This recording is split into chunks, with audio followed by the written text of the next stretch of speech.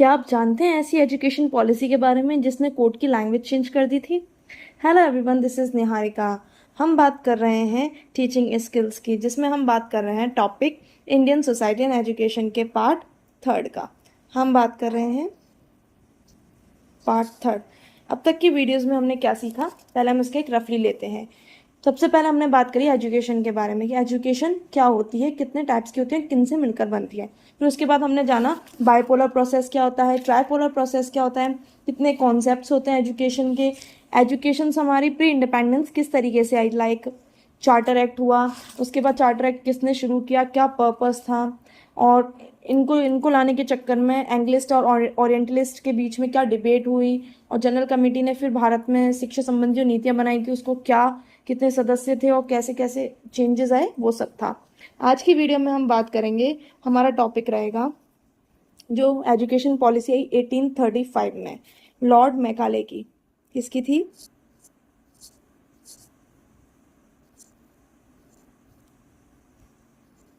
Lord Macaulay's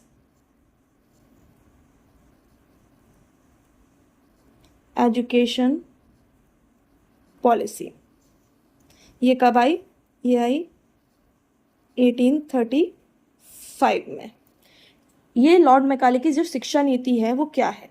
इस नीति शिक्षा की मतलब इस प्रणाली को बनाने का एक प्रयास थी जो मतलब अंग्रेज़ों के माध्यम से हमारी जो हाई सोसाइटी की एजुकेशन है उसको इम्प्रूव करना चाहते थे। मतलब एक बोल सकते हैं कि वो चाहते समाज के केवल जो हाई लेवल के लोग हैं वही शिक्षित हों, वही एजुकेटेड हों। इन्होंने जब ये एजुकेशन पॉलिसी लाए तो उन्होंने क्या करा था, हमारी लैंग्वेज थी फारसी, मतलब जो हमारी कोर्ट लैंग्वेज थी, कोड लैंग्वेज क्या थी हमारी? फारसी। फारसी। और उन्होंने क्या किया, जब ये मैकाले की जब शिक्षा नीति आई तो उन्होंने किस में चेंज कर दी है? इंग्लिश में। मतलब जो हमारी अंग्रेजी भाषा थी वो अदालत वाली भाषा बन गई और फारसी को उन्होंने कोर्ट की लैंग्वेज के रूप में एकदम समाप्त कर दिया। उसके बाद क्या किया इन्होंने, जो मतलब इंग्लिश बुक्स होती थी उनकी जो प्रिंटिंग है उनको भी उन्होंने फ्री कर दिया। मतलब बहुत लेस प्राइस पे उन्होंने वो चीज़ें प्रोवाइड कराना शुरू कर दी। तो क्या कह सकते हैं हम कि जो इंग्लिश बुक्स थी वो ऑलमोस्ट फ्री कर दी थी, और क्या कर सकते हैं हम, लेस प्राइस में प्रोवाइड कराना शुरू कर दी थी। तो हम इसे इस तरीके से लिख सकते हैं। पहले लिखेंगे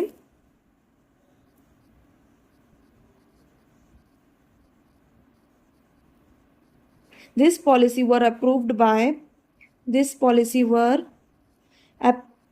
बाय किसने अप्रूव करी थी ये पॉलिसी? विलियम बैंटिंग ने। किसने करी थी? William Bentinck. उन्होंने कब करी थी? इन 7 मार्च 1835 में। This policy were approve by William Bentinck in 7 March, इसको अच्छे से लिखते हैं, इन 7 मार्च 1835 में। In this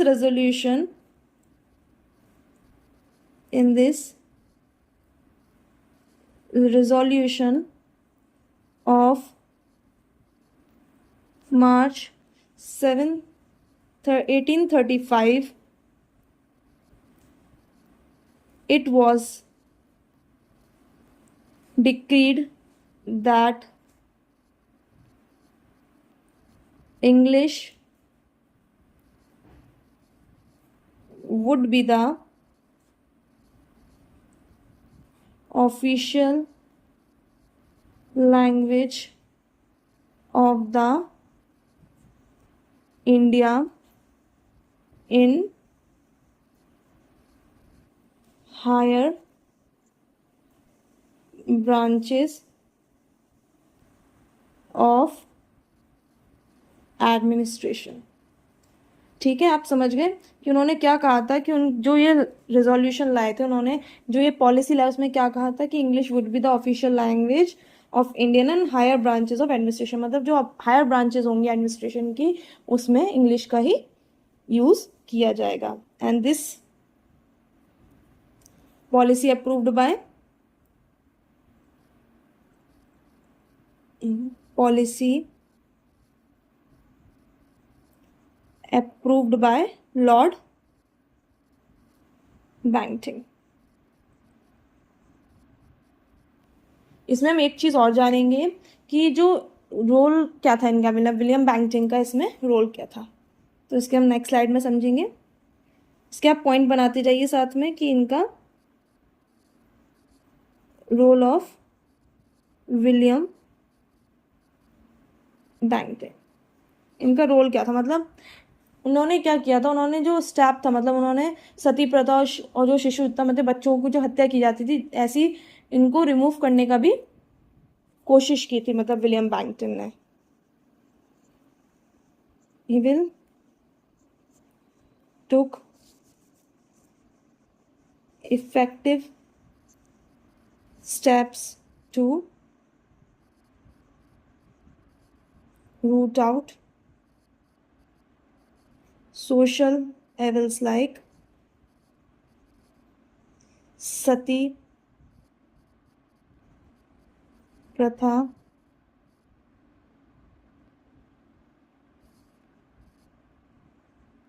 and infanticide। मतलब बाल हत्या जो बच्चों को कर देते थे उसको भी उन्होंने हटाने की कोशिश करी।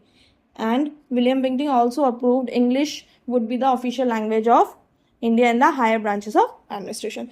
These topics I have already mentioned in previous slide, so you don't need to write that down. Okay. So आप ये चीज़ें किस चीज़ में पढ़ सकते हो कि विलियम बैंटिंग के रोल क्या थे और उनके जो लॉर्ड मैकाले की जो नीति लेकर आए थे उन्होंने उसमें क्या क्या पॉइंट्स दिए। तो ये था आज का हमारा टॉपिक। हमने क्या जाना कि लॉर्ड मैकाले की जो एजुकेशन पॉलिसी थी वो 1835 में आई। उन्होंने क्या किया था, उन्होंने कोड की लैंग्वेज फारसी से हटा के किसको कर दिया था, इंग्लिश को। इंग्लिश की बुक्स भी उन्होंने फ्री में करना शुरू कर दी थी और लेस प्राइजेस में। दिस और कब अप्रूव की गई थी, किसके द्वारा, विलियम बैंटिंग के द्वारा 7 मार्च 1835 में ये सब चीज़ें हुई थी। आप मुझे कमेंट करके बताइए कि मैंने जब प्रीवियस वीडियो में बताया था चार्टर एक्ट कब आया था और इसे इंडिया में कौन लेकर आया था, सैंक्शन कब हुआ था, ये भी आप मुझे कमेंट करके बताइएगा।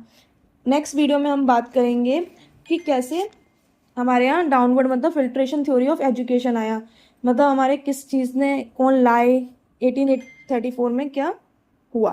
तब तक के लिए वीडियो पसंद आए तो लाइक करें, चैनल को सब्सक्राइब करें एंड कमेंट करें नेक्स्ट टॉपिक किसके बारे में हो। Thank you.